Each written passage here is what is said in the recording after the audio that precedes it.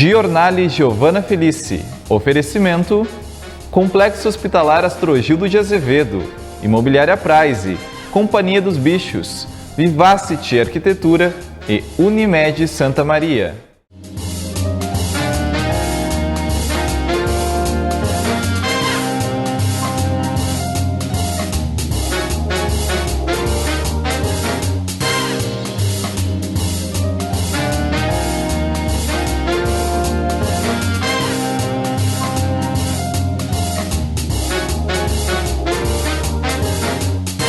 Olá! O bloco Empreendedorismo desta edição recebe o empresário, economista e ex-secretário de município Everton Falck Brasil, que abordará sobre empreendedorismo público e privado.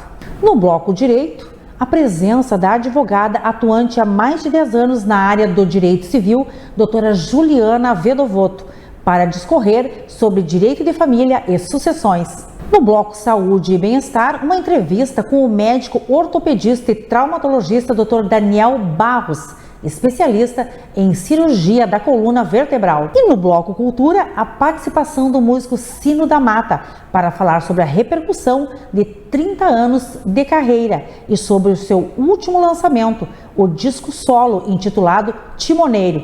Assuntos que merecem destaque, você acompanha no Giornale. Bloco Empreendedorismo. Um convite: Patronato Shopping, Carniceria Del Fuego, Casa Lar Ambientes e Luz da Lua.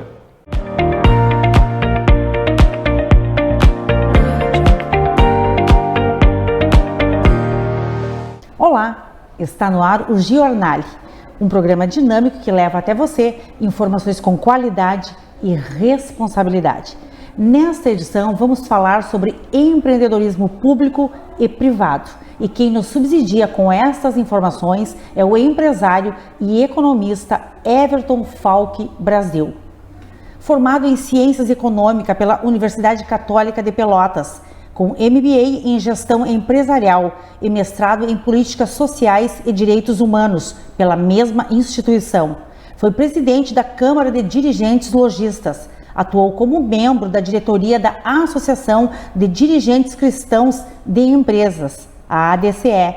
Exerceu o cargo de secretário da pasta de Desenvolvimento Econômico, Turismo e Inovação do município e da Secretaria Extraordinária de Licenciamento e Desburocratização da Prefeitura Municipal de Santa Maria até março deste ano. É professor universitário desde 2008. Everton Falck Brasil é diretor da Falck Tintas, empresa atuante no segmento de tintas imobiliárias há uma década, com 3 lojas, sendo matriz em Santa Maria, filiais em Bagé e Santiago. Estou feliz com sua ilustre presença aqui em nossos estúdios. Seja muito bem-vindo, Everton Falck Brasil. Obrigado, Giovana. Eu que fico feliz e tenho acompanhado o programa e agora aqui vendo a tua preparação, eu fico muito satisfeito quando eu vejo alguém. É mais um programa para ti, tem 1 ano, né? Mas parece que é o primeiro, a tua preocupação do detalhe, cara, essa é a Giovana que eu sou fã, é a Giovana que faz acontecer, né? E empreendedorismo é isso, né? É a pessoa entrar a cada momento, assim, como se fosse o primeiro. Então, parabéns, fico eu muito feliz, muito honrado de poder estar aqui contigo. Obrigada, e empreendedorismo é isso, e a nossa sociedade, né, a nossa população merece o melhor, assim como o nosso entrevistado, né, que vem aqui no Giornale conceder uma bela entrevista, que é o seu caso. E para mim é um enorme prazer também, porque eu acompanho a sua atuação há um longo tempo, né, e é uma atuação balizada na ética, nos bons preceitos, no bom senso, então realmente é uma alegria tê-lo aqui. Vamos iniciar falando sobre o seu empreendedorismo no município de Santa Maria. Para desenvolver, é preciso desburocratizar. De que forma a sua pasta tratou destas questões que envolvem a classe empresarial, que preocupa a classe empresarial pela morosidade nos processos de desburocratização? E também queremos que você faça um balanço sobre este período em que você permaneceu na secretaria.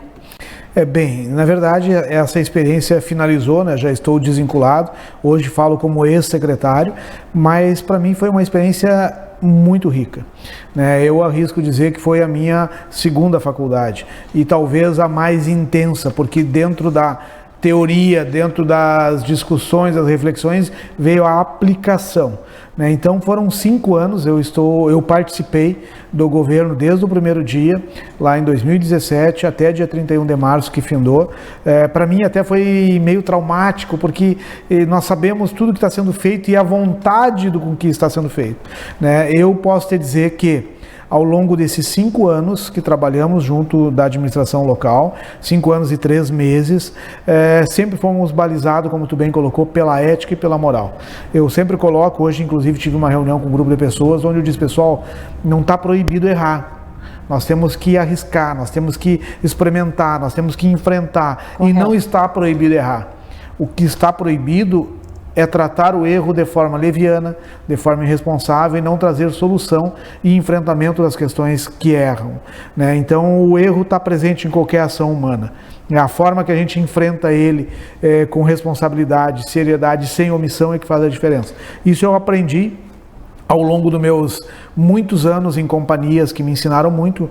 Eu tive 5 anos numa companhia americana e mais praticamente 20 anos uma companhia alemã, que nos passaram valores fundamentais para o convívio social, que é ética e moral muito claro. A minha experiência, primeiro, eu tive a oportunidade de materializar uma crença. Não existe diferença entre público e privado. Por que não existe diferença entre público e privado? Porque os fatores que levam ao sucesso dessas duas instituições são 2. Processos qualificados e adequados e pessoas preparadas e comprometidas. Então a gente trabalhou sempre, eu sempre trabalho em todas as minhas frentes, seja na privada, na iniciativa privada ou na pública. Sim. Esses 2 fatores. Bom, os processos estão trancados, não vai ter o melhor resultado. Os processos estão bem fluidos, mas as pessoas não têm habilidades ou não estão preparadas, também não vai ter o bom resultado. Então, um bom resultado é pessoas capacitadas, investir em pessoas, comprometer as pessoas e também processos que fluem, processos líquidos, né? E aí realmente não é um problema de Santa Maria, é um problema do Brasil como um todo, um excesso de regras subjetivas, né? Que muitas vezes o Falk tem razão, não é a Giovana que tem razão, os 2 têm razão. Porque é uma lei, é uma regra que ela está permitindo a dúvida, né? Então a gente trabalha fortemente nisso, trabalhou fortemente nisso. Eu tenho que tomar agora também esse cuidado. Nós a recém deixamos, mas deixar claro que não somos mais agente público, né? Mas enquanto atuamos, enfrentamos isso. E volto a dizer, a experiência foi fabulosa. Que bom, então essa experiência, tanto com empresa privada e experiência pública, né? Podemos concordar que trata-se da mesma essência, porém os objetivos é que são distintos, né? Essa essência com o mesmo processo, um processo que deve ser adequado e o profissional, né, capacitado para todas as áreas. E na questão do empreendedorismo, né, nós sabemos que Santa Maria ela está num ranking empreendedor bastante interessante e isso deve ser o fruto do trabalho e dedicação que foi realizado ao longo destes anos aqui em Santa Maria? Eu tenho convicção que sim, Giovana. O empreendedorismo, enquanto iniciativa privada, enquanto cidadão, muitas pessoas nascem com as características empreendedoras, mas elas são características conhecidas, ou seja, é possível trabalhar as características para a pessoa se tornar um empreendedor de sucesso.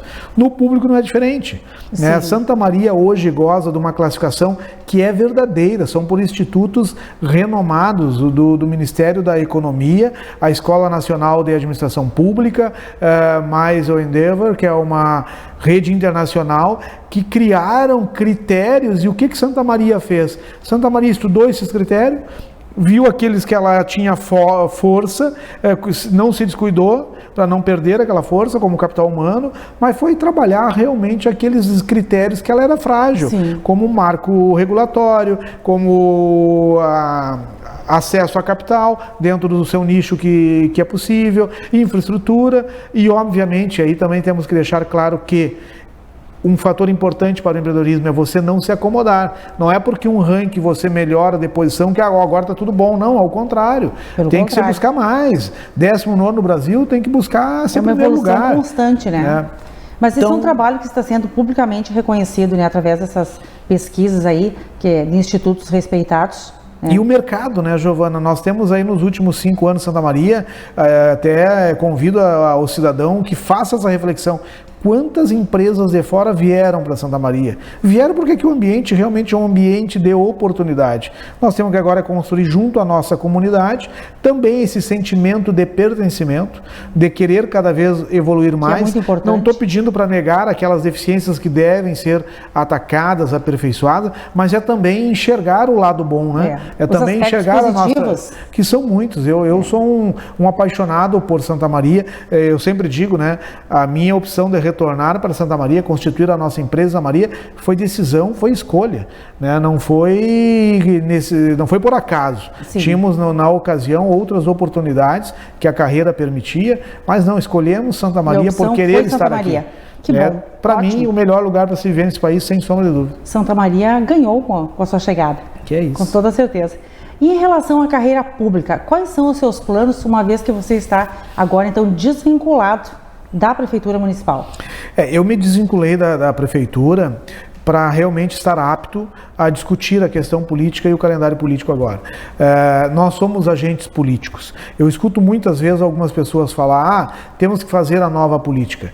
Política não existe nova política. A política, a ciência política, é a mesma ciência discutida por Aristóteles, por Platão. O que nós temos que buscar, sim, é comportamento ético e moral dentro da política, né? E eu acredito muito, me considero um cidadão nessa condição, que se fala muito em políticos novos políticos. São coisas diferentes.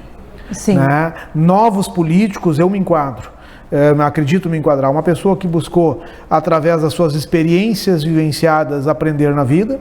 Busquei academia para também ter o polimento dessa prática, né? Então eu penso que, e uma carreira cumprida, né? Então, ou seja, hoje eu sou um agente político, sim. Eu acredito que quanto mais pessoas vierem para todos os partidos políticos, nós tivermos qualidade, aí nós teremos uma ótima sociedade. Né? Política é discutir o quê? A harmonização do convívio entre os diferentes, não é destruir o diferente. Como é que a gente vai para um debate com fundamentação para construir práticas melhores, um estado melhor, um município melhor, um país melhor? Isso o caminho é política, não tem outro caminho, mas tem fases na vida. Se nós pegarmos a história, o que era um senador romano? Era a pessoa com muita experiência de vida, eram os mais velhos, justamente para aplicar aquela bagagem de vida, aquele testemunho nas escolhas dos caminhos coletivos. Então eu me proponho, vou participar, não tenho a menor dúvida disso. Tu me abriu um gancho, eu até não ia falar em política, principalmente do ponto de vista de pré-candidatura. Eu me coloco hoje como um pré-candidato e a deputado federal. Por quê? Porque eu fui embora de Santa Maria em 98. Eu voltei nesse período todo, parece que está proibido discutir representantes regionais aqui da linha centro-direita. Eu vejo hoje muita representatividade, sim, mas por pessoas de fora. Então nós temos que resgatar essa autoestima aí para a região central. Tem outros candidatos da esquerda que eu respeito, que fizeram um bom trabalho, mas nós temos que ter também essa discussão ampliada. E acredito plenamente que não é Santa Maria, é a região central tem que buscar ser protagonista, porque senão você não é lembrado nas oportunidades. Claro. E eu também posso te dizer aí nos meus 5 anos hoje de experiência que eu vivenciei na prefeitura, política é ocupação de espaço, é poder, e você tem que buscar isso. Certamente, e é impossível não trazer este assunto aqui, né, conversando com você que é tão atuante, né, tão dedicado ao nosso município. Então, assim como você, nós desejamos também que tenhamos muito mais representantes, né, com características e com vocação para nos representar e cuidar dos interesses de Santa Maria e da nossa região, né, e fazer a promoção, né, do nosso desenvolvimento. E isso refere-se em âmbito estadual e também federal. Né? Agora vamos falar sobre os seus empreendimentos de ordem privada. Vamos falar da Falck Tintas. uma empresa do segmento de tintas que existe há uma década, né, em Santa Maria e também na região. Como ela está organizada? Eu te digo assim, Giovana, primeiro 10 anos para uma empresa, ela está engatinhando. É uma empresa extremamente jovem, né, sujeito a muitos impactos do vento do mercado, né, para o bem e para o mal. Então ela é uma empresa que ainda precisa mais uma década para amadurecer. Por que eu digo isso? Primeiro que realmente a gente a vida inteira estudou setor de mercado e depois trabalhando anos na indústria a gente percebe que a longevidade também na iniciativa privada é fundamental. Nós temos uma empresa hoje onde a família trabalha, tanto é que eu tenho essa condição de poder me ausentar, porque a minha esposa vem dirigindo o negócio brilhantemente há 5 anos, os filhos estudaram nas áreas afins e estão no negócio, e nós pensamos numa empresa para daqui 10, 15, 20 anos a mais, né? Então eu sempre tive essa visão. Tanto eu quanto a Marga, nós viemos de uma grande companhia alemã e a gente sempre trouxe como base, nós queremos sim, nós sabemos sim que temos uma pequena, uma minúscula empresa, mas ela vai ter comportamento de uma grande empresa. Porque eu também gosto muito de uma frase, né, que quando você sonha pequeno e grande, qual é o risco? Sonhar pequeno você vai conseguir, você vai realizar. Então vamos sonhar grande, né? E nós sonhamos realmente com uma empresa que avance fronteiras de Santa Maria, também cumpre uma missão social que eu acredito, né? Não existe desenvolvimento só com a circulação interna dos nossos recursos.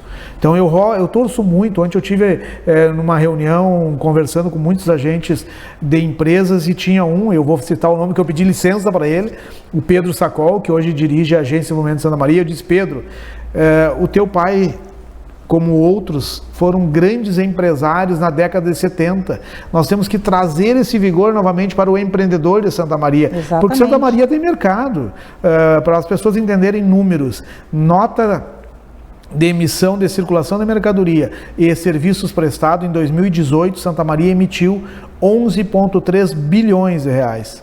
2018, no período da pandemia, Santa Maria emitiu de documentos fiscais, emissão de circulação de mercadoria e serviços, 15,6 bilhões de reais. Então falem o que quiser, menos que aqui não tem mercado. Sim. A questão é quem participa do mercado, quem está se desenvolvendo nesse mercado. E nós temos que sim projetar, torcer que as empresas de Santa Maria voltem a abrir filiais fora de Santa Maria, que a gente consiga exportar a qualidade do nosso serviço, qualidade das nossas pessoas. Desenvolvimento parte por empresas locais se desenvolvendo. Eu prego isso, torço muito por isso. Importante as suas colocações, né, trazer aqui esses dados para a nossa população, né, tomar conhecimento, né? E sobre a sua empresa familiar, realmente é a partir de Santa Maria para demais regiões, e ela investe com força e equilíbrio, né, oferecendo a qualidade que o setor, né, da construção civil exige e que é bastante promissor, né, e que continua em um crescente. E ainda sobre a sua empresa, quais os projetos de expansão que podemos esperar? Nós temos muito claro que o nosso projeto todo é Metade Sul. Nós temos um plano de expansão já desenhado lá em 2012, quando abrimos, né, com uma intenção de ter uma rede de lojas em toda a nossa Metade Sul. Obviamente que a prática nos trouxe algumas lições, a velocidade do crescimento, e aí vou usar um termo que eu e a Tiziana esses dias estavam conversando: o segredo da vida é o bote. Né? O bote tem que ser o bote certo. Muito bom. Né? Quando você dá o bote antecipado, dá problema. Quando você demora muito e dá o bote atrasado, também tem problema. Perdeu o bote. Acertar o momento certo de fazer as ações, que é o bote, isso realmente exige muita reflexão, muito equilíbrio, e perceber que as tuas ações não podem ser para a tua geração. Né? Aí vamos voltar até a discutir contrato social, né? Que é uma sociedade que a gente procura herdar, mas fica na obrigação de também passar. Então a nossa empresa quer sim, ela tem dentro do seu escopo a ampliação de ter loja em todos os municípios da nossa Metade Sul, né? Esse é um projeto do negócio dentro do plano de negócio. Mas obviamente que agora a questão de time, saímos de uma pandemia, você falou muito da pandemia como ponto principal da crise, e aí esquecemos que a crise econômica no Brasil começou em 2015.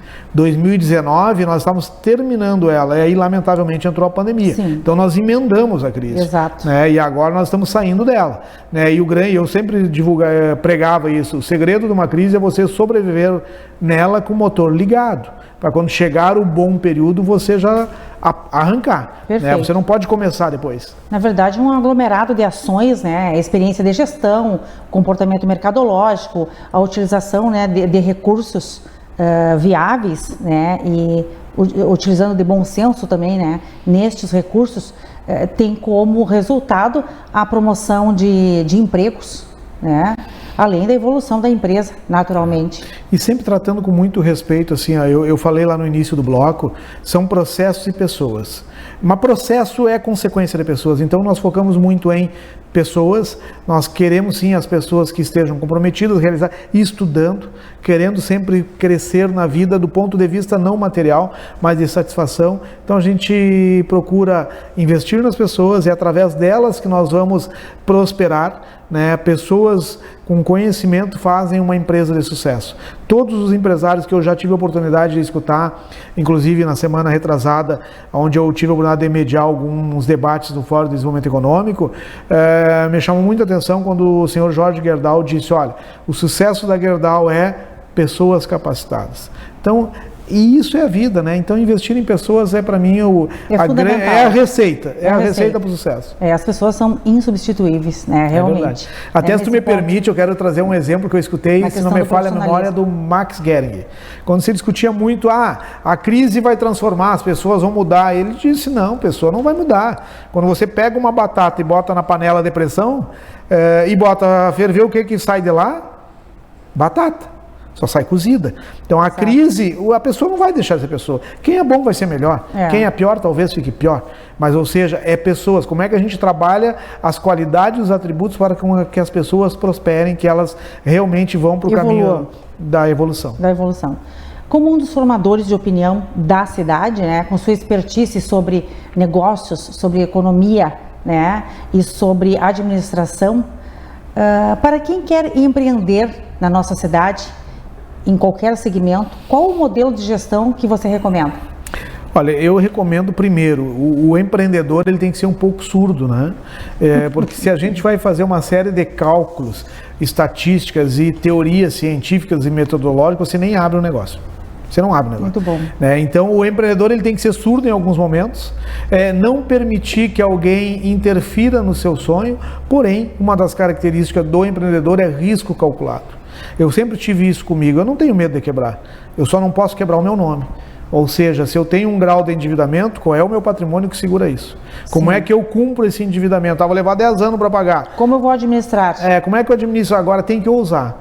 Né? A gente não cresce com o tamanho do nosso bolso. Então, muitas vezes a gente escuta, não pode tomar capital. Por que não? Você não pode tomar capital e fazer uma operação empreendedora que gere um recurso menor que o custo do capital.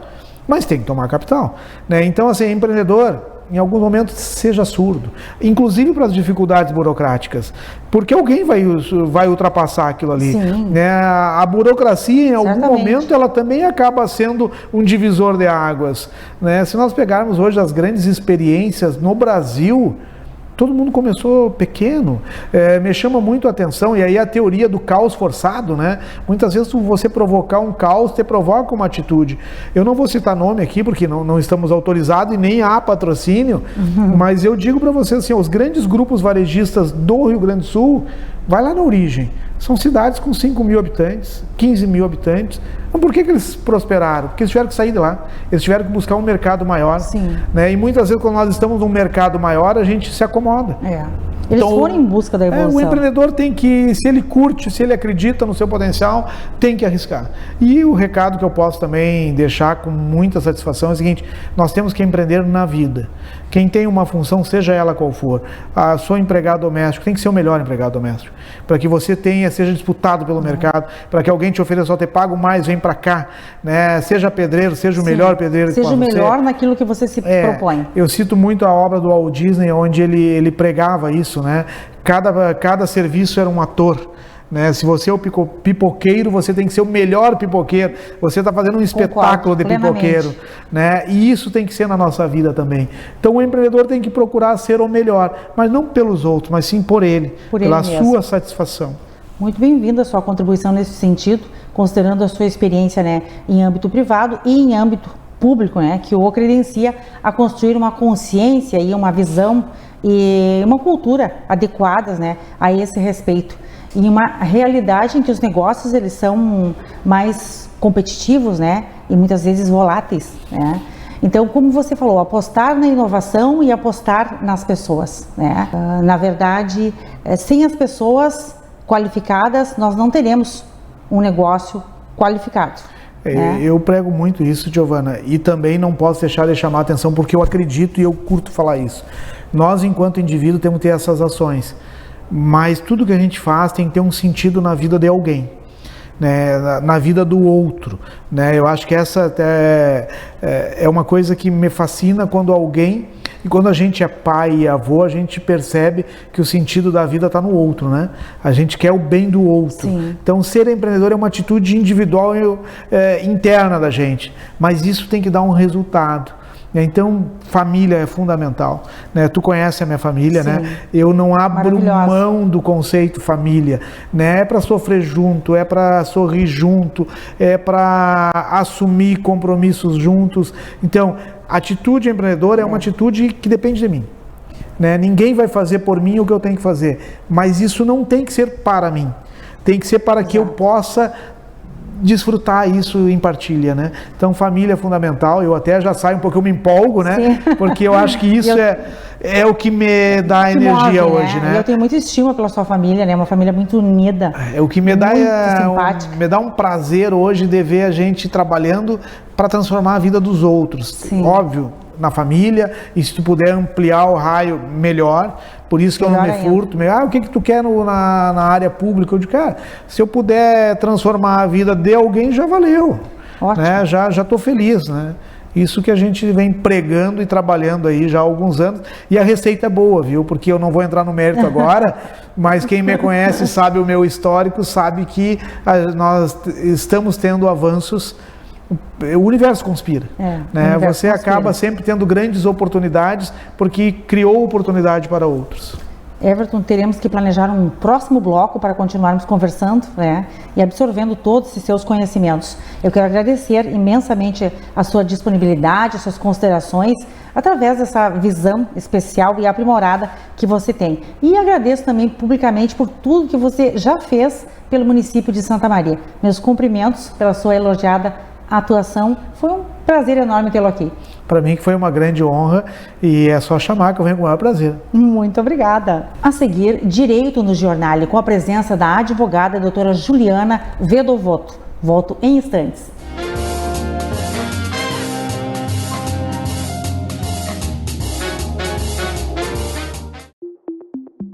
Complexo Hospitalar Astrogildo de Azevedo. Centro de referência em saúde no interior do Rio Grande do Sul.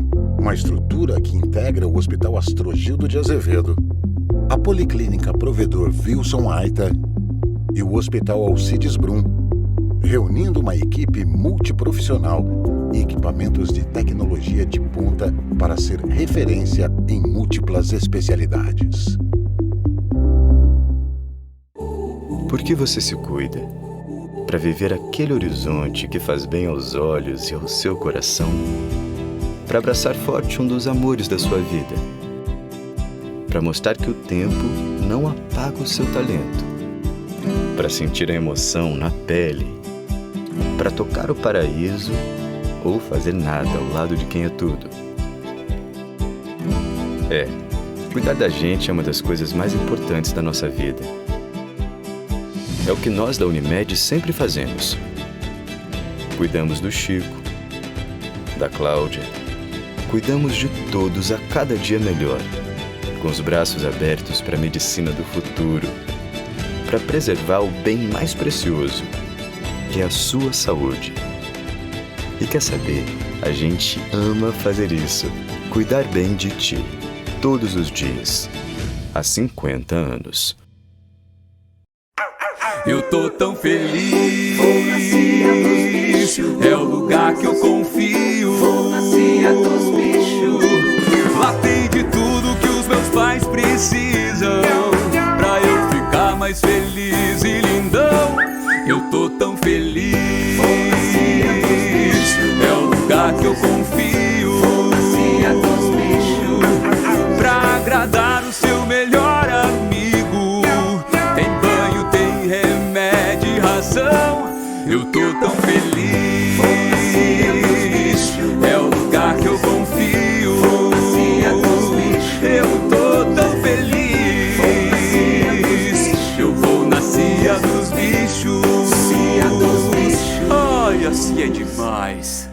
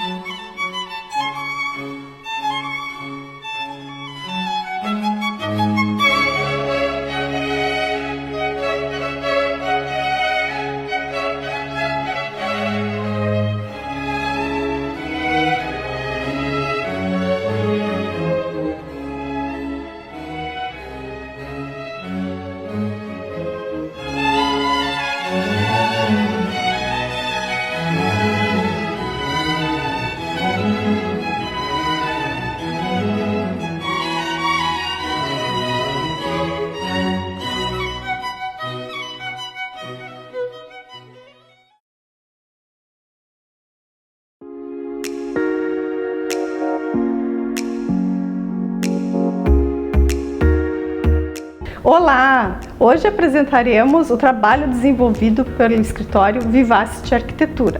E quem dá vida a esses projetos somos nós, as arquitetas Carla e Briane. Convidamos a todos a acompanharem o programa e conhecerem um pouco mais do nosso trabalho.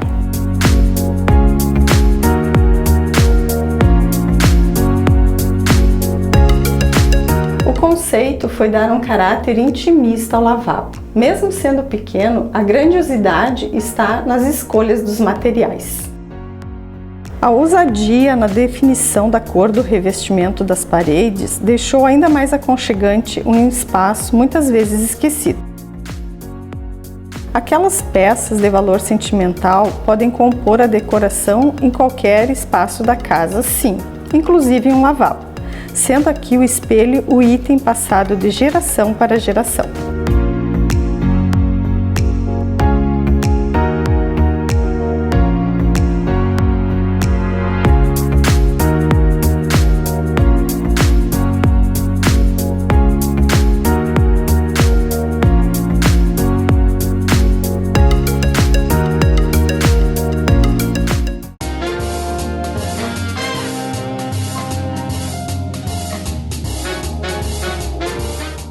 Bloco Direito, um convite.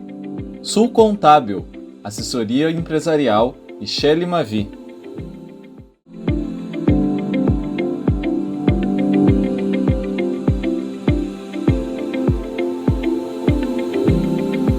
O Bloco Direito de hoje apresenta os esclarecimentos jurídicos e a competência da advogada doutora Juliana Vedovot. Formada em Direito pela Unifra, atual UFN, especialista em Direito. atuante há mais de 10 anos na área do direito civil, com foco na advocacia preventiva e extrajudicial.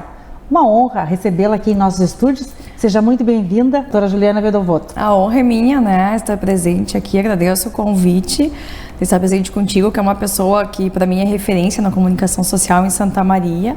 Fiquei muito lisonjeada. Muito obrigada pelas palavras. Queremos compreender hoje um pouco do seu cotidiano. Como é a sua atuação diária na resolução de conflitos extrajudiciais? Bom, hoje o foco do escritório é o cliente. Então, o que acontece, né? Eu tenho como parâmetro que todas as demandas que os clientes me tragam, a gente tente resolver de forma consensual. Por quê? Porque o resultado é mais efetivo, que tu possa entregar para o teu cliente, é mais rápido, causa até menos sofrimento ao cliente. Hoje eu faço uma advocacia, que eu costumo dizer, uma advocacia mais artesanal. O que é advocacia artesanal? O cliente procura o escritório, eu trabalho com demandas de direito civil, o cliente procura o escritório, leva o caso dele, eu faço uma análise detalhada do problema do cliente e traço para ele algumas estratégias. Sempre o quê? Buscando o que for mais prático, mais rápido e sempre trabalhando com muita discrição, porque eu acho importante, né, que a gente sempre tenha discrição ao caso do teu cliente. Importantíssimo. Mas hoje o objetivo é trabalhar com as demandas consensuais, extrajudiciais. Se trabalha no escritório com muito inventário extrajudicial, confecção de instrumentos. Por quê? Porque não que a gente não acredite na efetividade do judiciário, mas o judiciário ele serve e está lá para realmente decidir aquelas questões que são realmente necessárias e dependam, né, de intervenção superior. No caso, essas questões de dia a dia, que a gente pode sentar o cliente, sentar herdeiros, a gente tenta conciliar todo mundo. Ótimo, esta opção pela advocacia artesanal, né, ela estreita muito o vínculo com o cliente, né, e qualifica o trabalho que já é um trabalho personalizado. Porque a advocacia ela é uma relação de confiança, né? Eu tenho clientes muito antigos e a gente acaba tendo uma relação muito estreita com o cliente, uma relação de extrema confiança. Por isso eu também privo muito lá no escritório pela discrição dos casos dos meus clientes, né? Eu sou uma advogada mais discreta assim, no perfil de trabalho, porque eu acho importante e procuro ser sempre resolutiva, porque a advocacia ela é muito satisfatória, principalmente quando tu entrega e consegue entregar para o teu cliente um resultado até além daquilo que ele esperava, né? Sim, que ele está aguardando. Então, como você falou, estudando caso a caso, né? Isso. Só podemos ter como resultado... Porque nenhum caso é igual ao outro. Na prática, eu posso te falar isso, assim, com o tempo que eu tenho de advocacia, nenhum caso é igual ao outro, né? Cada caso tem suas singularidades. Então, a gente faz a análise específica do que o cliente está pretendendo no momento, do que pode ser mais satisfatório para ele no resultado e assim... A necessidade daquele momento, Daquele momento, exatamente. Eu falava sobre a contrapartida, que é o cumprimento das demandas com rigororismo, né, que elas necessitam. Muito bom. Você advoga com um foco no direito de família, direito sucessório, né? E o escritório abriga vários serviços. Hoje nós vamos falar especialmente de um deles que está sendo muito procurado e começou a ser mais procurado ainda em função da Covid-19, que são os testamentos. O que acontece, né? Com a Covid-19, a partir de março ali de 2020, os clientes começaram... Eu sofri uma enxurrada de questionamentos sobre testamentos, né? Os clientes começaram a se preocupar mais com os seus patrimônios. Então, tu tem aquele perfil de cliente mais arrojado e o perfil de cliente mais conservador. Sim. O mais arrojado geralmente já procura, né, colocar todo o patrimônio numa holding familiar, que é uma empresa que vai administrar esse patrimônio, mas o mais conservador ele sempre quer saber sobre os testamentos. Então hoje o que a gente indica, né, e vem indicando para os clientes, porque a Covid, o que aconteceu com a Covid? A Covid trouxe uma série de óbitos inesperados, logicamente, né, pelo contexto da pandemia. De como ela se apresentou, né? E acabei tendo uma enxurrada de inventários no escritório e já te detalhando, assim, a maioria deles, inventários consensuais, né? Porque eu sempre vou para esse lado, né, de juntar os herdeiros, a gente chegar a um acordo. Então, o que aconteceu? Os clientes começaram a perguntar sobre os testamentos. Quando o cliente pergunta sobre o testamento, a gente indica, né, geralmente o advogado indica o testamento que é o mais seguro, que é o testamento público, por uma questão de segurança jurídica mesmo. Então, o testamento público, o teu cliente, a gente alerta o cliente do que ele vai poder testar, né, ele sempre tem que observar ali a questão dos herdeiros necessários, que está lá no artigo 1845 do Código Civil, cuidando sempre, né, se ele tem ascendentes, descendentes e cônjuge, para testar só 50% do patrimônio. Não tendo nenhum desses três, não tendo herdeiros necessários, ele vai poder testar a totalidade. A gente orienta, né, de acordo com o caso do cliente, se ele tem família, se ele não tem, e explica quais são as necessidades para que ele venha a lavrar. E se o cliente não está confortável para lavrar um testamento público, ou por exemplo em Santa Maria, ele pode lavrar em qualquer tabelionato do país, né? A gente também orienta, caso o cliente queira se preservar. Mas também, o que eu faço lá no escritório, né, Giovana? Eu alerto para aquilo que está atrás do testamento público. O que está atrás de um testamento público e que eu já me deparei com casos práticos e assim, na minha vida, na atuação como advogada. O que está por trás do testamento público, né? Geralmente a família não sabe que tu decidiu fazer um testamento público, né? Uma liberalidade tua, é um ato pessoal, tu não pode fazer um testamento público por procuração, ninguém pode fazer por ti, mas geralmente o testador, ele não quer que a família saiba, né? O que ele está organizando que ele está organizando, ou que ele determinou um patrimônio, uma parte maior para um herdeiro específico que vai ser legatário, enfim. E daí, quando ele vem a faltar... é o momento que ele distribui o seu patrimônio, né? Ele faz uma distribuição prévia, assegurando sempre a legítima dos seus herdeiros necessários, né? Quando ele tem, que é aquele 50%. Porque isso ele não pode... Se ele, na verdade, ultrapassar esse 50%, o testamento é nulo. Mas é o que a gente explica para o cliente. Daí, quando ele vem a faltar, porque o cliente, o que ele tem na cabeça dele? Que ele faz um testamento público e que o testamento público, quando ele vier a faltar, o herdeiro vai lá, apresenta e está tudo resolvido. Não funciona assim, né? O testamento público, primeiro, na grande maioria dos casos, a família não sabe. E a gente acaba descobrindo, quando a gente começa a elaborar o formal de partilha para apresentação do inventário, é obrigatória a consulta, né, na central de testamentos da existência ou não de testamento público. E a gente acaba, às vezes, se deparando, a gente pergunta para a família, tem conhecimentos, deixou testamento público? Não tem, tenho certeza que não tem. Daí a gente vai, faz a consulta na central e verifica a existência de um testamento público. Daí faz a busca do testamento, e o que o cliente não tem em mente quando ele vem procurar, que a gente deixa bem claro depois, é que o testamento público, ele é um instrumento que não é simplesmente a família vai lá, resolve. Não, o testamento público, ele tem que passar pelo crivo do judiciário, né? O judiciário tem que analisar o instrumento, o Ministério Público tem que verificar, na condição de fiscal da lei, se o testamento atende todas as questões legais. E isso traz um envolvimento para a família, sem falar na frustração que traz, quando a família não sabe e não tem noção de que essa pessoa deixou um testamento público. Deve ser impactante, né? Recentemente eu tive um caso, né, de uma cliente, filha única, o pai com uma companheira, e elas com pleno contato, mas ela não tinha noção que o pai tinha lavrado um testamento público.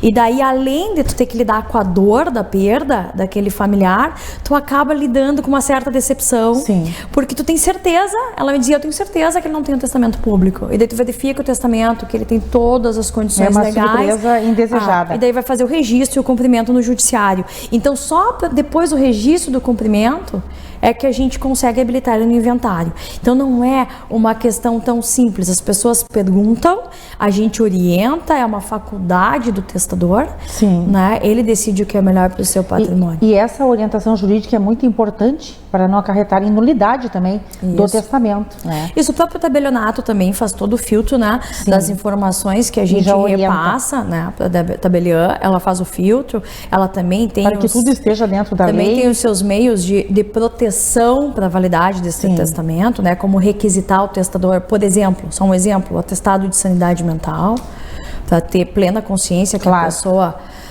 tem ela pode, clareza, né, pode para se assegurar que tem clareza do que está fazendo, assinando, né, o testamento.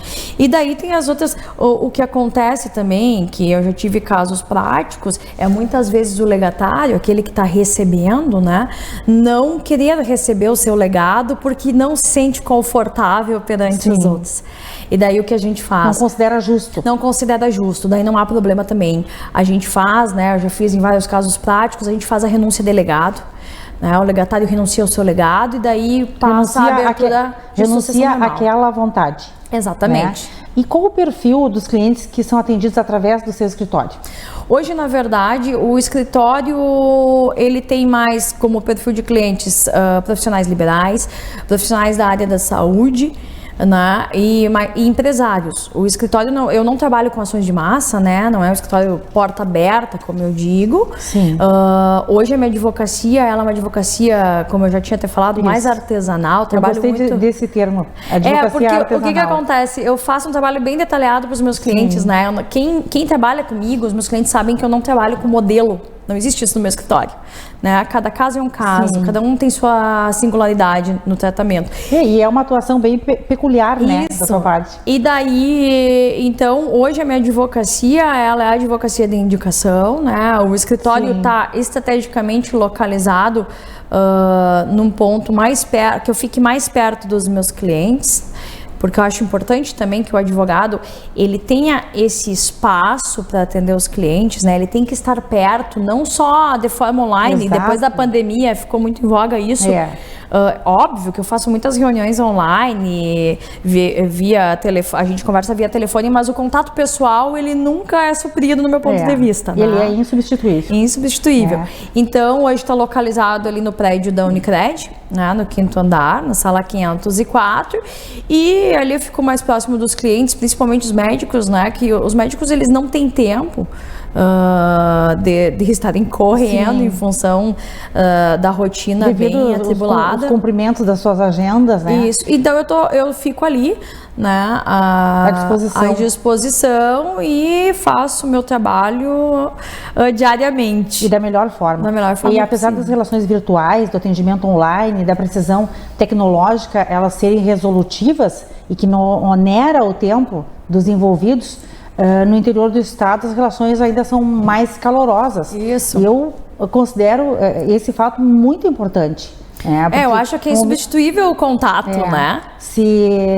Claro que se não for possível, né, tem relações que se consegue resolver com atendimento online, mas o presencial, né, o olho no olho, até porque advogar, além da sua competência, né, você estabelece uma relação de confiança. Exatamente. E os grandes centros, eu acredito que eles já perdem essas características, né, do olho no olho. E como você falou, estando localizada no centro empresarial Almiro Beltrame, né, este endereço ele possibilita com que o seu cliente ele fique próximo a você, né, tenha essa aproximação para quando necessário for, né, para os clientes que realmente tenham essa prática e que se sintam mais confortáveis. Então, excelente a sua forma de atuação. Obrigada. Eu prefiro tratar pessoalmente com o cliente, né? Eu não consigo terceirizar muita coisa, eu tenho um perfil mais centralizador. Talvez é um defeito de atuação meu, mas que não atrapalha nos processos que eu acabo atuando. Não é um defeito, é o perfil. Eu tenho um perfil bem centralizador, assim, né? Eu sou bem autocrítica em relação a isso. mas eu prefiro ainda essa forma de contato para que essa relação de confiança seja sempre estreitada, porque no momento que o cliente não tem mais confiança no advogado, ele não tem o porquê de permanecer contigo, né? Hoje a gente tem vários colegas competentes também no mercado, então hoje eu trabalho dessa forma. Com certeza, é uma relação de respeito, né? Exatamente. Ética e confiança. Isso, a advocacia, ela possibilita que a gente aguce muito a empatia, né? Porque tu tem que te colocar no lugar do outro, tu tem que ouvi-lo, por isso que eu gosto de fazer esse contato pessoal. Então, assim, ó, tu tem que ser empático, se colocar no lugar do teu cliente e procurar a melhor solução para o problema dele. Compreender a realidade dele. Exatamente, como se fosse o teu problema. Na verdade, lá no escritório, o problema do meu cliente é meu problema. É assim que eu trabalho. Muito bem. Agora vamos falar de empreendedorismo jurídico versus empreendedorismo familiar, né? Queremos saber como você concilia a sua rotina, né, a sua atividade profissional com a maternidade, né? Uma vez que você é mãe de gêmeos. Isso. É mãe do Martim e do Matias, isso, que acabaram de completar 1 aninho de idade no dia 14 de abril. Os pequeninos lindos aí, um encanto para a sua vida, para a sua família, né, uns amores. Nós queremos saber como você concilia as suas atividades da advocacia com a maternidade. Bom, a gente dá um jeito com muita organização e disciplina, né? Em 2020 eu fui agraciada com essa gravidez univitelina, que a gente chama, né? Que é os chamados gêmeos idênticos, assim, me senti abençoada. Eu acompanhei a sua gestação. Obrigada. E no primeiro momento eu tomei um choque, assim, porque eu sempre trabalhei muito e não sabia como ia ser a partir de então, quando me deparei grávida de gêmeos, né? Um choque de realidade. Um choque de realidade. No início foi bem trabalhoso, assim. No início da gravidez eu passei um pouco mal, depois eu consegui trabalhar até o final da minha gravidez. Os gêmeos nasceram saudáveis. E os 2 primeiros meses foi mais trabalhoso, mas eu consegui trabalhar em home office e hoje eu trabalho integralmente no meu escritório, né? Aliando essa rotina de trabalho, claro, a gente tem que ter muita organização e muita disciplina, mas eu alio a rotina de trabalho com a rotina familiar. Durante o dia eu estou no meu escritório, cuidando das demandas dos meus clientes e quando eu chego em casa, exclusivamente eu estou em dedicação aos filhos, né? Aos meninos, porque eles precisam de mim, né? Certamente. E tudo acontece em dose dupla, não é? O choro em dose dupla, o mamar em dose dupla. A falta de sono em dose dupla, tudo em dose dupla. A fralda, a troca de fralda em dose dupla, né? E quando tudo isso depende de você, deve ser uma correria.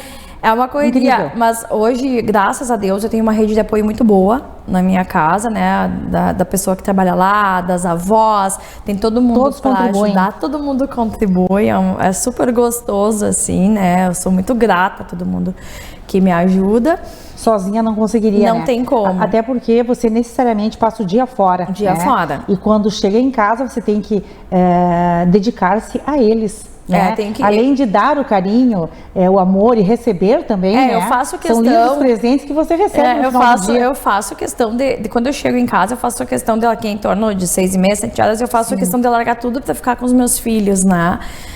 Para brincar, para me fazer presente, mesmo que eles durmam ali em torno de 9 horas. Mas a maternidade me fez muito bem até como profissional, porque a maternidade ela traz pra gente a valorização daquilo que é essencial. Né? Antes eu pensava só na Juliana, né? A gente pensa só, a gente não acaba sendo um pouco egoísta.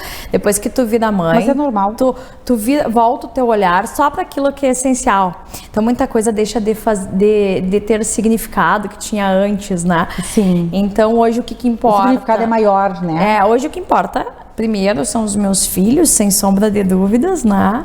A minha família e o trabalho. E o resto é o resto, como eu digo, né? O importante é eles terem saúde, se desenvolverem bem, são crianças sadias. Então, assim, para mim isso não tem preço. Isso é o fundamental, né? E trazer este assunto aqui no Jornale é interessante, importante, para mostrar de que é possível trabalhar, é possível ser mãe de gêmeos e ainda advogar. Isso, né? Eu muitas vezes fui a audiências no fórum, que eu me lembro das colegas advogadas sempre com um filho, ou com um bebê, ou com 2, e às vezes eu ficava pensando, nossa, como é que ela consegue? Claro, eu nos compromissos que eu tive desde o nascimento dos meninos, eu os deixo em casa, porque como eu te falei, eu tenho uma boa rede de apoio, mas também a gente tem que respeitar, né, aquela colega ou qualquer mulher que precise levar os filhos para trabalhar, porque é uma missão muito difícil ser mãe. Com certeza. Não é porque é muito trabalhoso, mas o teu filho, ele precisa de ti. Então, muita gente não tem essa condição. Precisa da energia da mãe, né? Precisa da mãe, sempre, né?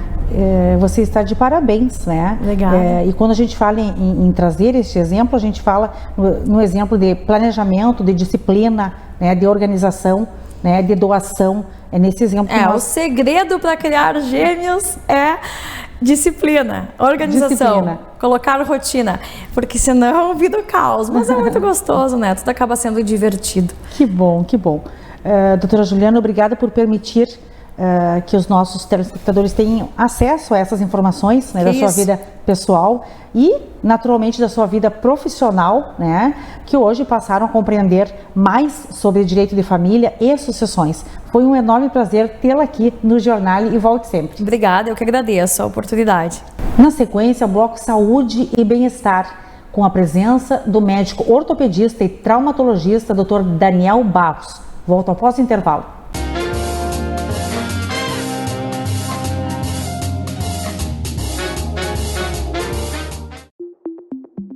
Complexo Hospitalar Astrogildo de Azevedo.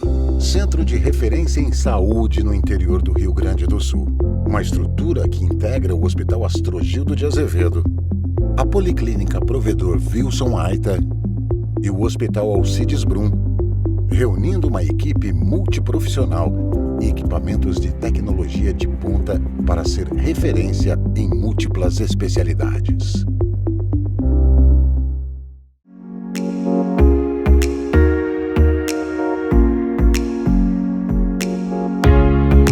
Olá pessoal, tudo bem? Hoje o assunto é sobre móveis planejados. A nossa loja, ela trabalha com uma linha totalmente diferenciada e inovadora. Essa cozinha maravilhosa, ela foi criada e desenvolvida pelos nossos profissionais que são muito qualificados.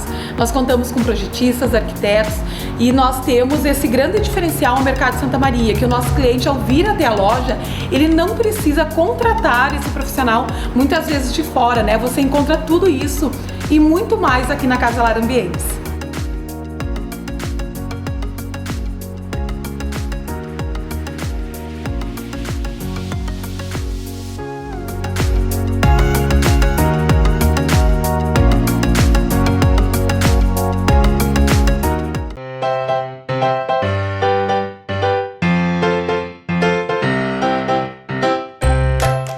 Bem-vindos ao Garden Center do Patronato Shopping. Aqui você encontra todos os produtos para o seu paisagismo e cuidados com as suas plantas.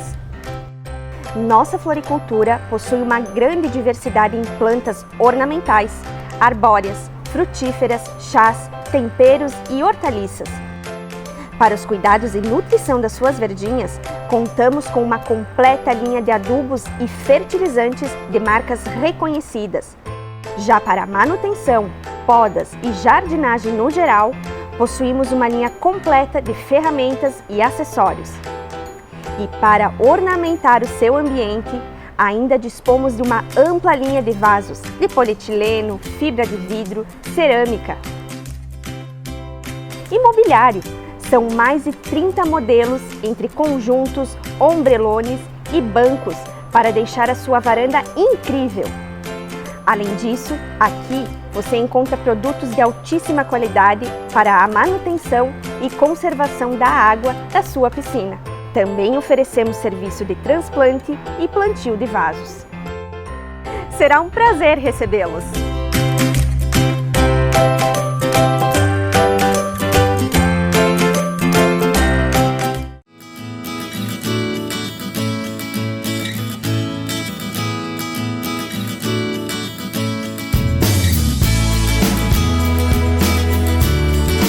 Equipe do setor feminino da Silbrama, apresentando nossa gerente Mara, Wanda, Lígia Vilma e Rosane. E todas aqui esperando vocês por um atendimento carinhoso e profissional. Estamos aqui à espera de vocês, queridos clientes, e agradecemos por todos esses 65 anos que nos prestigiaram.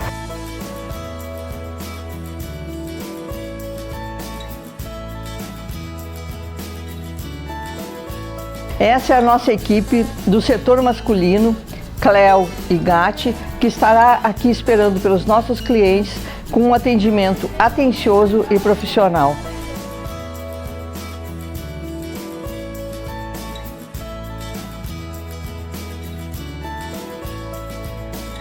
São 65 anos de atuação no Comércio Santa Maria e nós agradecemos a todos os nossos clientes pela credibilidade que a nossa loja alcançou ao longo desse tempo, vendendo qualidades, bons produtos e atendendo nossos clientes com muito profissionalismo.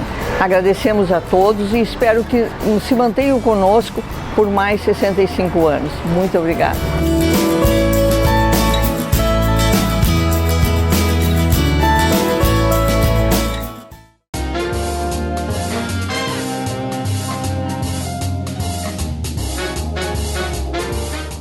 Giornale Giovanna Felici. Apoio Acessórios e Looks em Pilau. Inbuilt. Bloco Saúde e Bem-Estar. Um convite. Cibrama. Ótica Noal. Complexo Hospitalar Astrogildo de Azevedo e Unimed Santa Maria.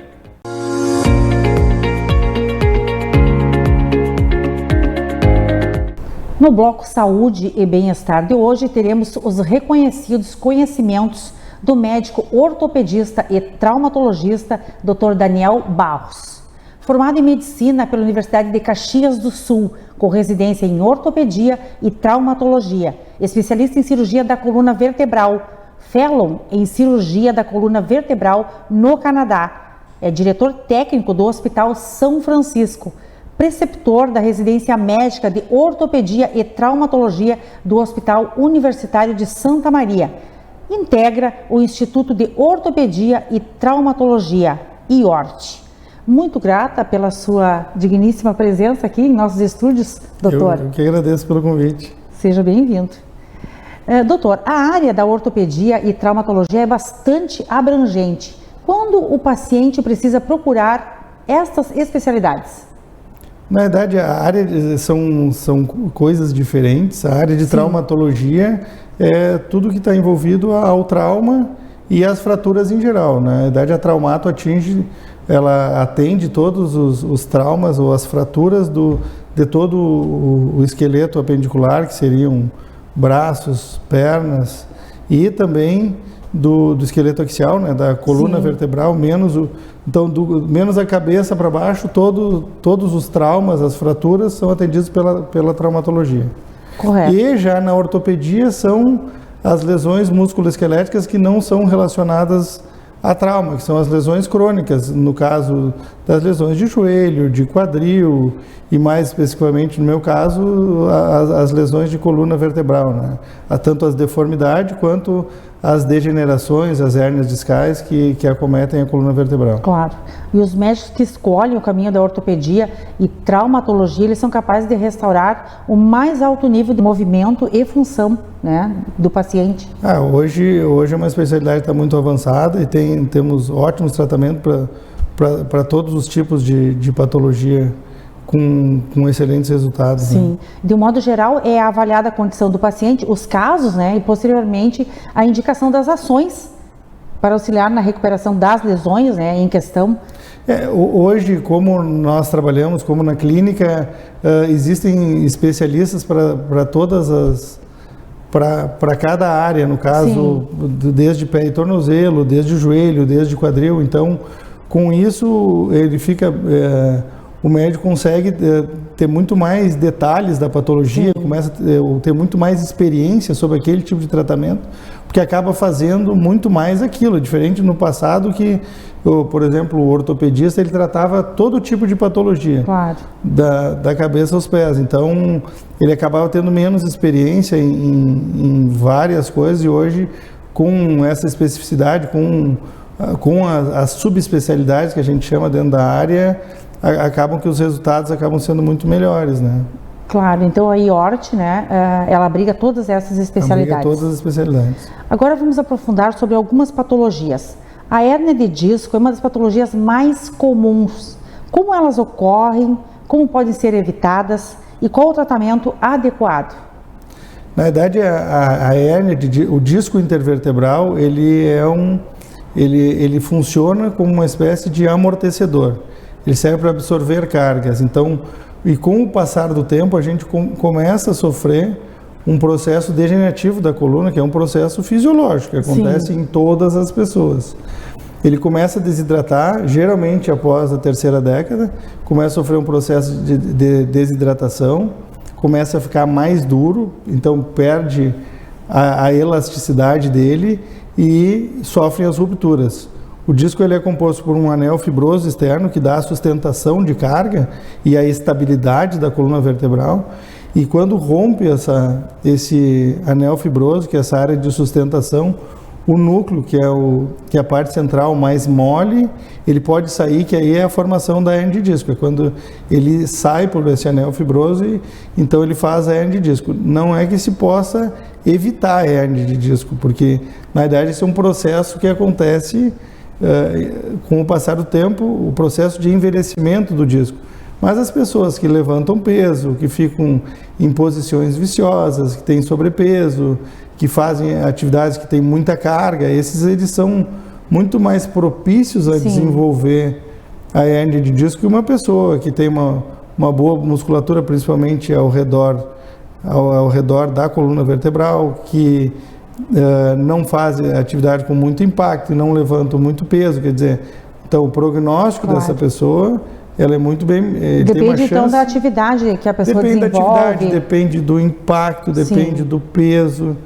E também existem os fatores, né, os fatores estruturais, porque alguns dos casos eles têm uma origem genética e tem uma degeneração muito mais precoce, mesmo apesar de ter boa musculatura, mesmo apesar de não ter uma carga excessiva em cima desse disco, tu também pode desenvolver uma hérnia de disco. Então, na verdade, a melhor recomendação é evitar coisas que causam muito impacto na coluna, atividade, para não sobrecarregar. Não sobrecarregar e ter uma boa musculatura ao redor daquela região da coluna, que seria o que mais ajudaria a prevenir.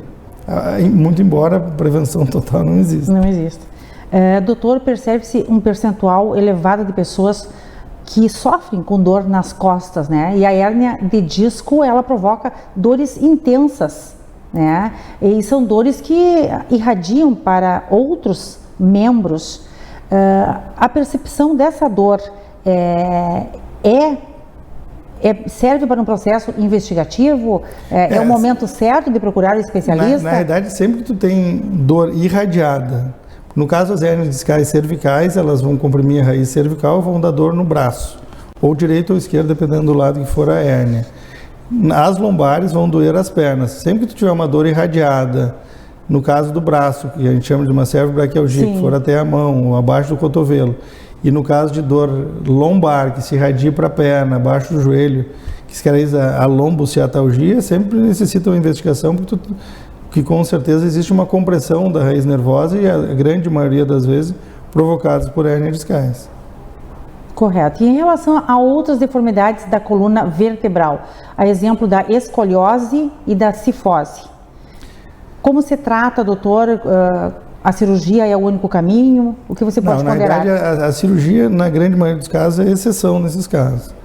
A cifose é a deformidade lateral da coluna, quando está olhando na projeção de frente e a pessoa tem uma curvação lateral da coluna. Existe um teste, que é o teste de Adams, que é quando a criança se abaixa e fica com uma gibosidade costal bem maior, que seria um screening para se fazer, até em escolas, para ver se realmente tem uma deformidade na criança ou não, porque as escolioses, elas se desenvolvem no estirão do crescimento, né? Que está relacionado, na realidade, na menina, que tem 10 vezes mais casos que no menino, por volta de 2 anos antes da primeira menstruação, que ela vai fazer o estirão do crescimento. Então, nesse estirão que ela vai piorar a deformidade.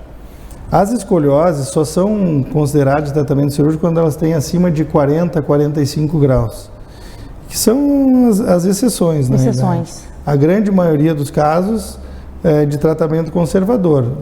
A indicação de uso de colete, em alguns casos, sim, quando não são casos graves, quando se tem uma estimativa de crescimento grande e quando tem uma curvatura que seja maior que 25 graus ou menor que 40, ainda tu tem indicação de usar colete.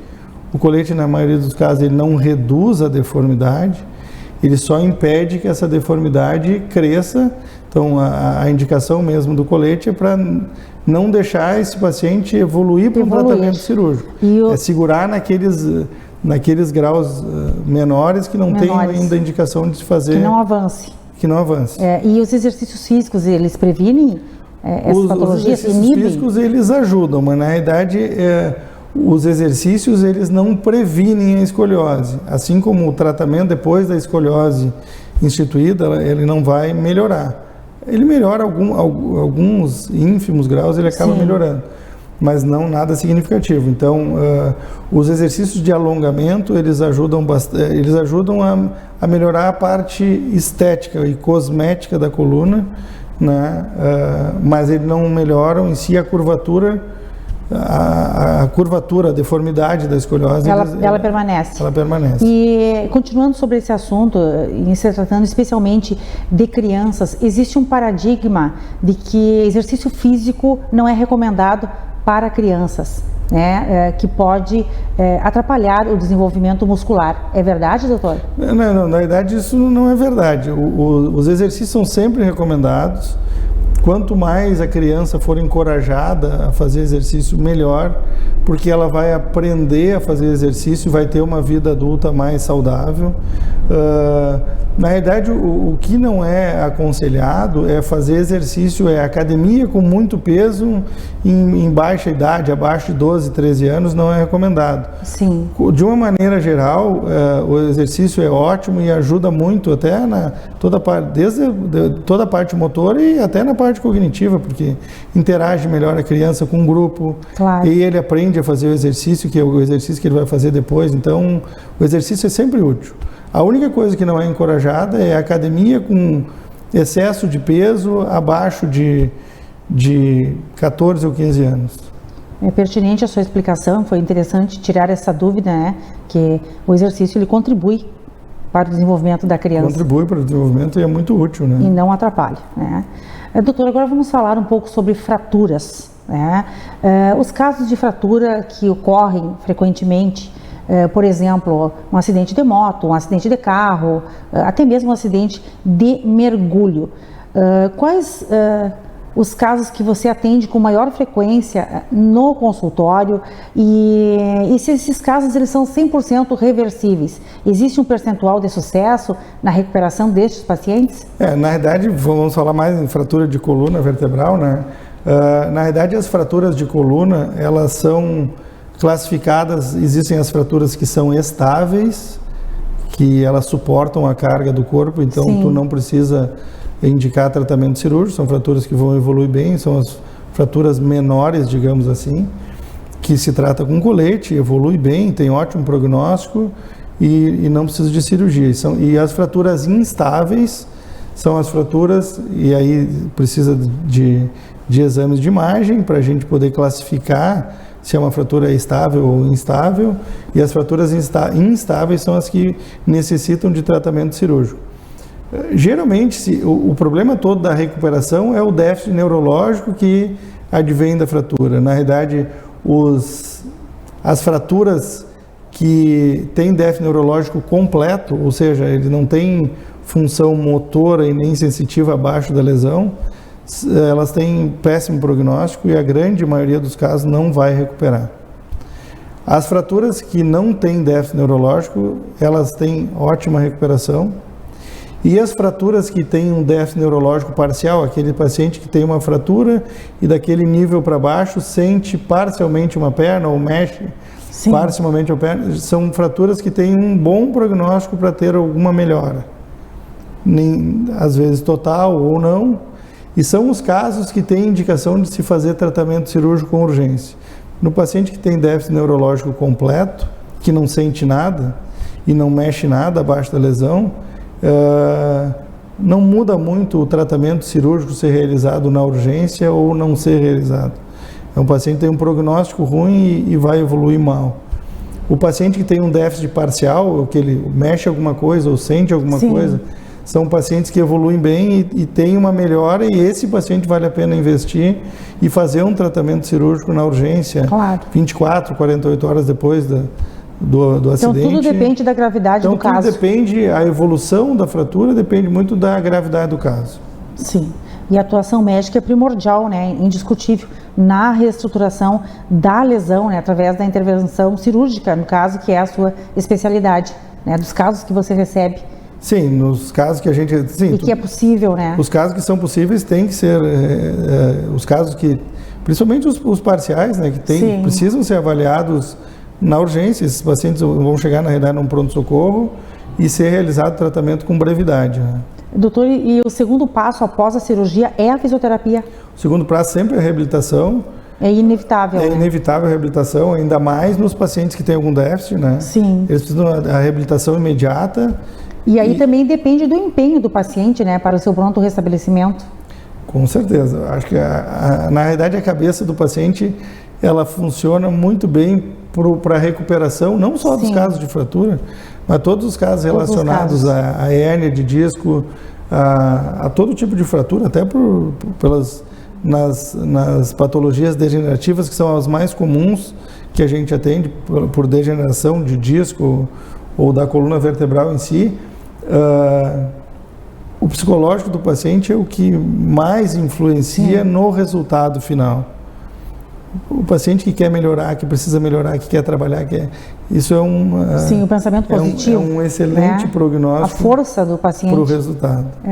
Contribui, né, com tudo que... Contribui muito. Com todo o tratamento e são tudo os que o pacientes médico que evoluem muito mais, porque o paciente depressivo é um paciente que vai evoluir já acha que mal, não vai dar certo. O resultado é ruim, a dor vai ser muito maior. Sim, ele vai sentir muito mais. Vai sentir muito mais, e não que ele não sinta, ele vai sentir muito mais.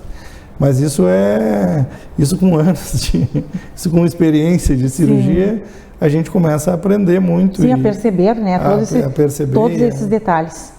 Doutor, muito bom tê-lo aqui no programa para esclarecer sobre esses assuntos tão relevantes, né, sobre a sua experiência na especialidade em cirurgia da coluna vertebral e também em ortopedia e traumatologia. Já fica o convite para você retornar em outra ocasião e continuarmos conversando, né, e informando a quem nos assiste sobre essas questões tão importantes, né, e que merecem esclarecimento. Então foi um enorme prazer recebê-lo aqui no Jornal. Obrigado pelo convite, fico à disposição. Obrigada. E no Bloco Cultura, a participação do artista Sino da Mata. Não saia daí, na sequência tem mais Jornal.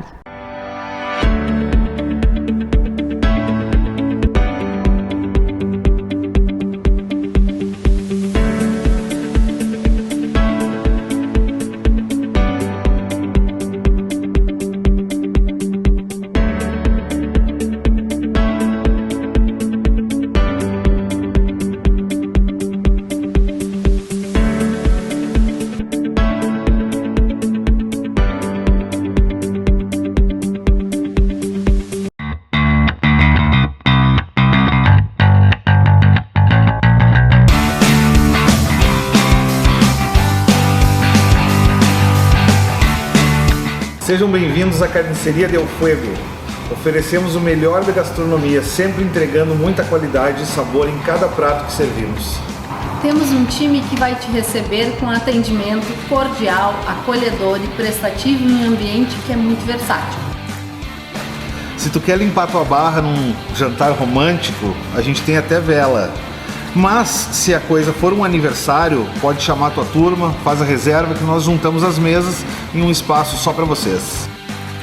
Se é domingo de almoço em família e você não quer cozinhar, nós te entregamos o melhor churrasco e a área Kids para a criançada, acompanhado daquele chopp trincando. Agora, se o papo é sério e é reunião de negócios, faz a tua reserva que garantimos um espaço mais reservado e um atendimento exclusivo. se você tem um evento maior, pode ser a confraternização da empresa ou a festa da formatura, conversa com a gente. Podemos reservar todo o nosso salão superior e preparar um cardápio exclusivo. São 60 lugares disponíveis para realizar a tua confraternização. O melhor de tudo isso é que nós estamos abertos todos os dias, ao meio-dia e de noite. Vem pra carniceria, aqui a comida é muito boa, sem frescura, o ambiente é caloroso, o chopp é gelado e o rock and roll é o rei.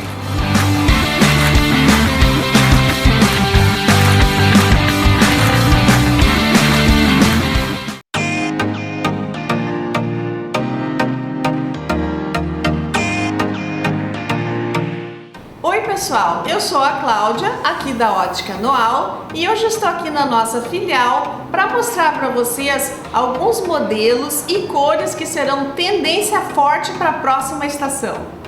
Bem, aqui eu trouxe para vocês darem uma olhadinha em algumas sugestões que nós temos em armações redondas que estão no alto da moda. Tem esse modelo que já vem com o acessório para pendurar no pescoço. Trouxe aqui também um modelo de sol e mais dois modelos aqui na nossa cor básica, que é o preto.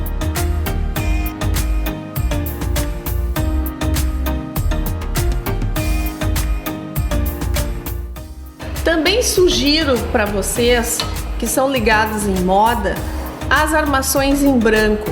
Este modelo lindo em acetato e também esse modelo maravilhoso da Ray-Ban em metal. São sugestões que com certeza farão sucesso no seu rosto.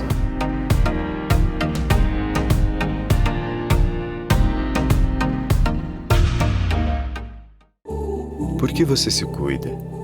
Para viver aquele horizonte que faz bem aos olhos e ao seu coração? Para abraçar forte um dos amores da sua vida? Para mostrar que o tempo não apaga o seu talento, para sentir a emoção na pele, para tocar o paraíso ou fazer nada ao lado de quem é tudo. Cuidar da gente é uma das coisas mais importantes da nossa vida. É o que nós da Unimed sempre fazemos. Cuidamos do Chico, da Cláudia, cuidamos de todos a cada dia melhor. Com os braços abertos para a medicina do futuro, para preservar o bem mais precioso, que é a sua saúde. E quer saber?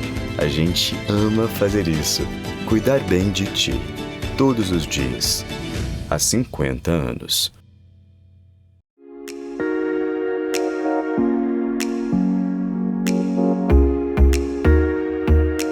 Estou aqui na Shelly Mavi para mostrar para vocês algumas das tendências outono e inverno 2022. Eu quero apresentar para vocês alguns modelos, por exemplo, esse boot. O verde é a cor da estação, tanto no verde mais escuro, verde militar, verde selva, verde banana, o verde mais amplo. Então o boot é uma tendência incrível, pois a gente fica com os dedos expostos, calcanhar fechado. Salto em bloco é sempre a maior tendência devido à estabilidade e conforto. Mas para aquela mulher mais ousada, mais fina e mais elegante, que não larga o seu salto fino, a Luz da Lua sempre vai apresentar a melhor proposta. O bico fino com salto fino requer qualquer estilo de roupa.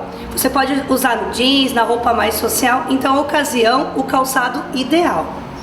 Nós também temos aqui para apresentar para vocês o mule, que o mule entrou já fazem 2 coleções e é uma tendência muito forte, porque ele é um chinelo fechadinho, no qual vai te dar muito conforto, bastante estabilidade e elegância. E a cor verde, ela predomina muito na coleção. Então esse verde bandeira mais aberto também pode ser jogado em várias outras peças, como as peças florais e metalizadas que estão entrando na confecção nessa coleção. Esse aqui é um escarpão com um design totalmente diferenciado. Ele vem com esse detalhe aqui, mas principalmente esse salto, ele é totalmente rústico e diferenciado e deixa a mulher extremamente elegante. Depois, uma outra tendência que veio no mercado com bastante força é o tênis. Então o tênis está sendo investido não só mais na linha esporte, mas ele também tem sido investido no dia a dia e na noite. A Luz da Lua, por exemplo, nos apresenta essa proposta. Ele é um tênis totalmente sofisticado, extremamente confortável, com misturas de materiais, ou seja, ele vem com detalhes metalizados, o nude para neutralizar, a sola branca, né? Totalmente rústica e diferenciada. Ele é confortabilíssimo e ainda apresenta todo esse estilo mais jovial, mais rústico, né? Eu acho ele muito, muito bonito. E para aquelas que gostam do tênis tradicional, nós trabalhamos com a linha Skechers. É uma linha importada e a gente trabalha com eles em parceria com muitas clínicas, fisioterapeutas, traumatologistas, podólogos da nossa cidade. É uma indicação médica. Então, se você tem necessidades de calçado, de tênis principalmente, específicos por algum tipo de lesão, ou seja de exercício, ou até mesmo desgaste de coluna, procure nossas lojas que você vai encontrar a melhor linha Skechers. Aqui é só um modelo, mas o nosso leque de tênis Skechers é imenso. Ele é um tênis extremamente leve, ele apresenta inúmeras tecnologias, então calçado, produtos de qualidade você vai encontrar na Shelly Mavi.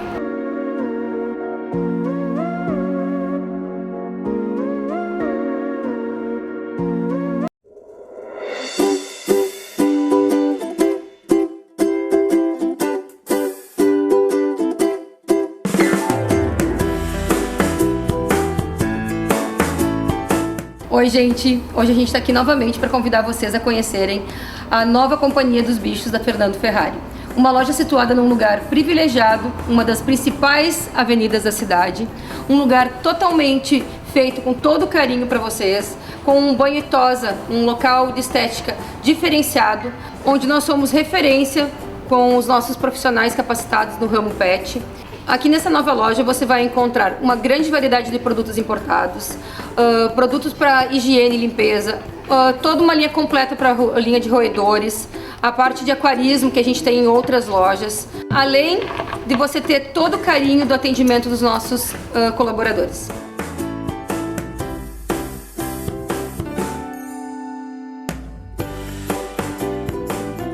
Reinauguramos então a nossa filial da Fernando Ferrari com um espaço muito mais amplo e com muita mais variedade.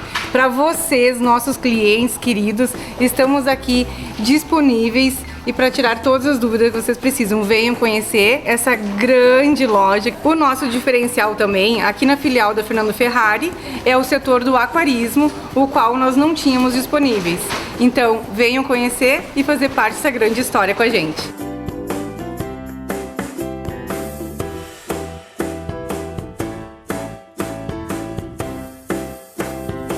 Oi gente, eu sou o Renan, gerente aqui da filial Fernando Ferrari da Companhia dos Bichos. Estou aqui para convidar vocês para vir conhecer o nosso novo lar, a nossa nova filial, novo endereço. Estamos contando com a parte do espaço verde, que temos toda a parte de alimentação e petiscos natural. Venham conferir o nosso novo espaço.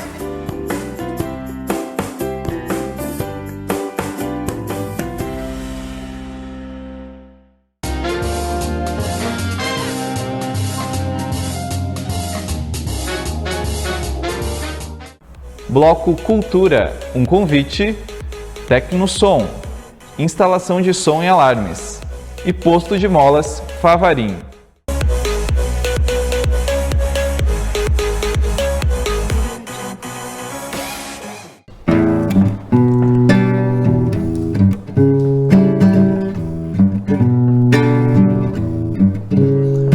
Se meia-noite disse na encruza, usar espada só pra se defender, vou riscar a minha pemba numa rocha em frente ao mar e o meu colar de contas pra me abençoar.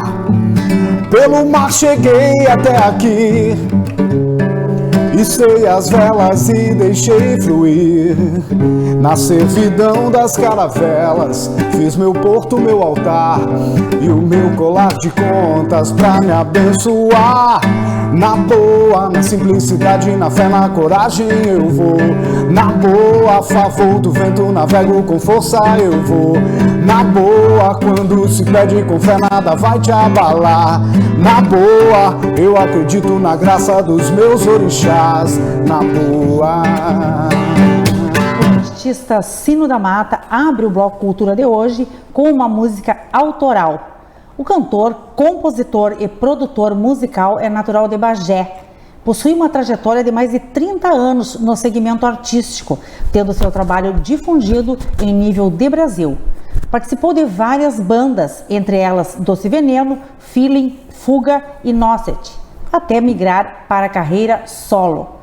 Entre suas produções musicais estão as trilhas para peças teatrais, filmes, seriados internacionais, jingles e produções audiovisuais para renomadas agências de publicidade.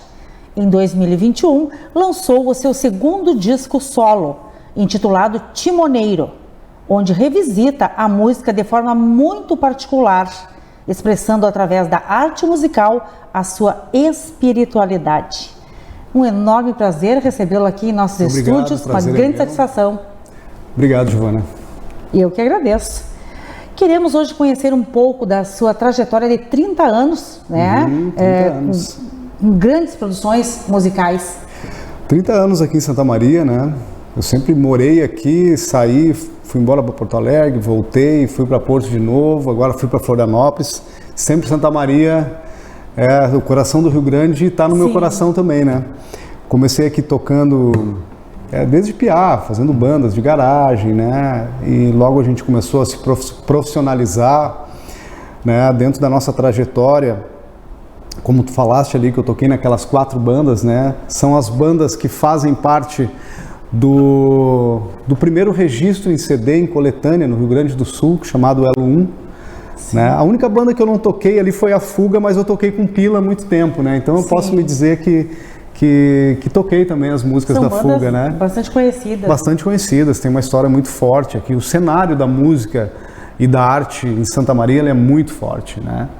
E tive uma trajetória também dentro de estúdios. Santa Maria é um celeiro de grandes artistas. Grandes artistas, nossa, né? Então a gente viu muita gente sair daqui, Exato. né? Exato. Você também, nessa sua trajetória no mundo da música, entre idas e vindas, você acabou radicando-se em Santa Maria.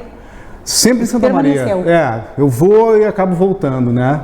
É uma cidade muito boa de se morar, né? Tem os meus amigos, meu filho está morando aqui, né? Então eu tive agora 2 anos morando em Florianópolis, onde eu compus, né, todo o disco Timoneiro, toda essa parte do disco, né?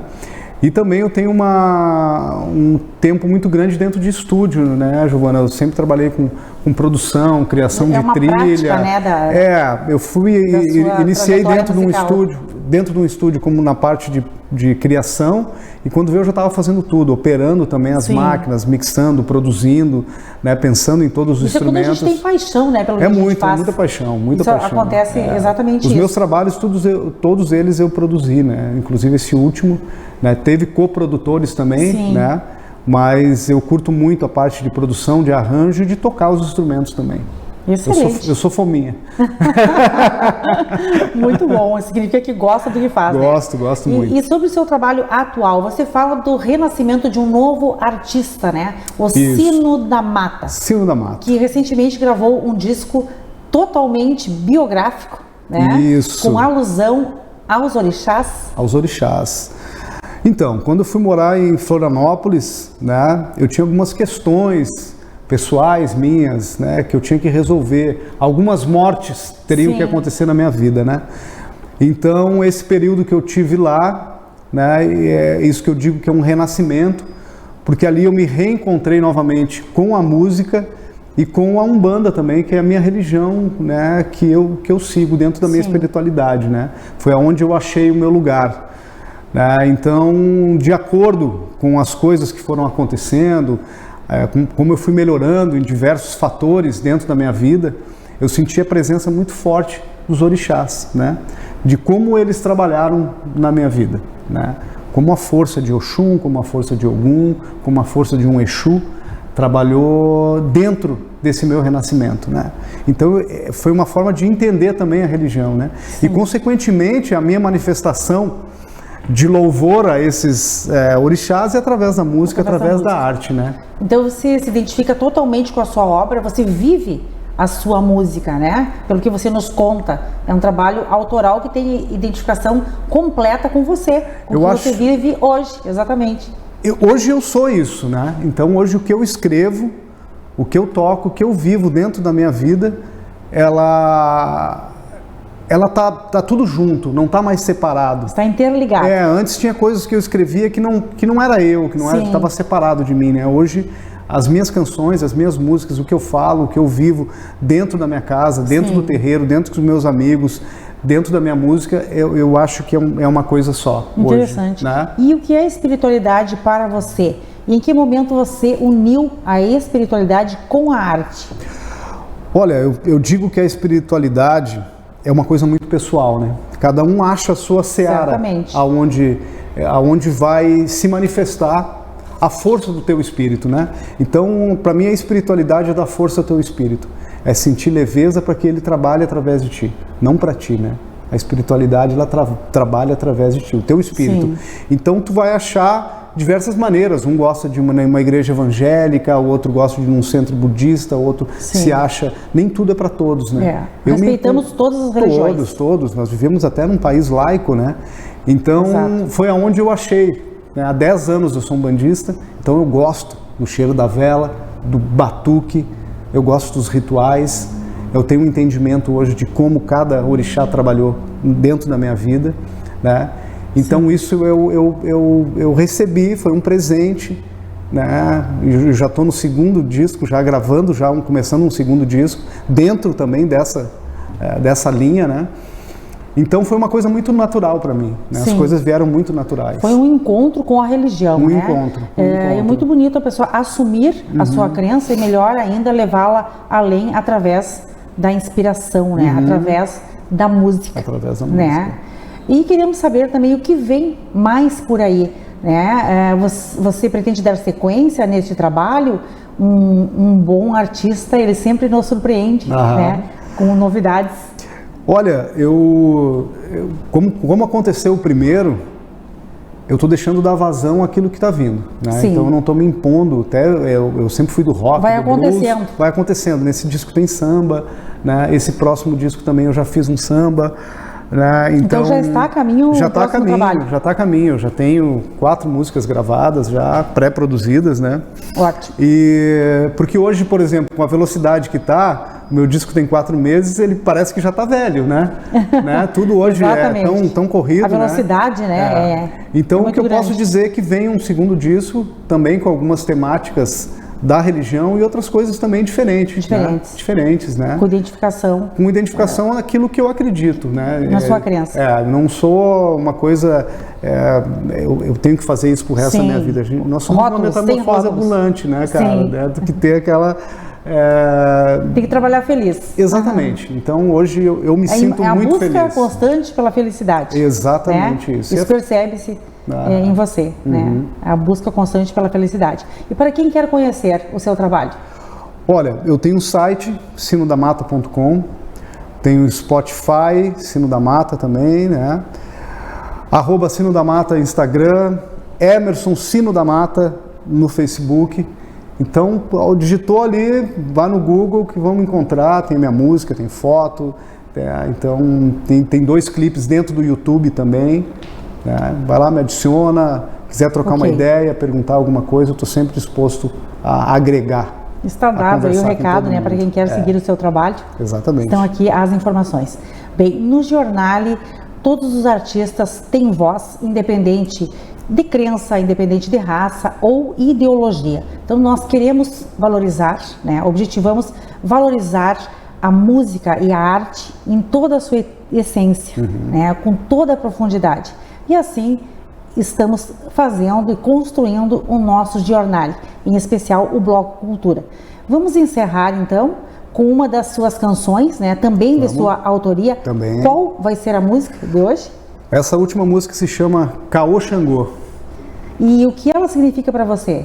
Por que escolher dessa canção? Pô, eu gosto muito do ritmo, né, dela, me lembra um pouco as coisas do Carlinhos Brau, da Bahia, né, da pulsação do ritmo do atabaque.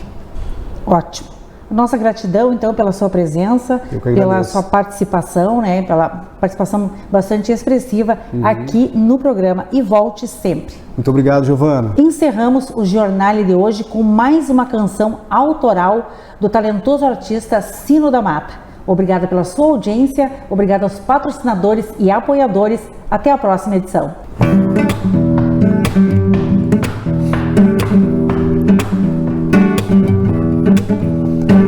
Tem atabaque no terreiro, pandeiro na roda de samba, São Bento Grande, Barra Vento, um grande salve a todo o povo de Aruanda. Domingo vai ter procissão, foi Dona Chica que avisou. Quem se perder pelo caminho vai ver de perto o machado de Xangô. Xamã, xamã, senhor da mata é o caboclo Catumã. Xamã, xamã, filho de Oxóssi, neto da grande Nanã. Perdi o meu rabo de saia, feito areia pelo vento, letal feito um rabo de arraia, pra retornar nem com máquina do tempo. Fui numa tal de benzedeira, lá perto do Morro da Luz, fez uma cruz na minha testa, galho de arruda, tudo em nome de Jesus. Xamã, xamã, senhor da mata é o caboclo Catumã. Xamã, xamã, filho de Oxóssi, neto da grande Nanã. Xamã, xamã, senhor da mata é o caboclo Catumã. Xamã, xamã, filho de Oxóssi, neto da grande Nanã.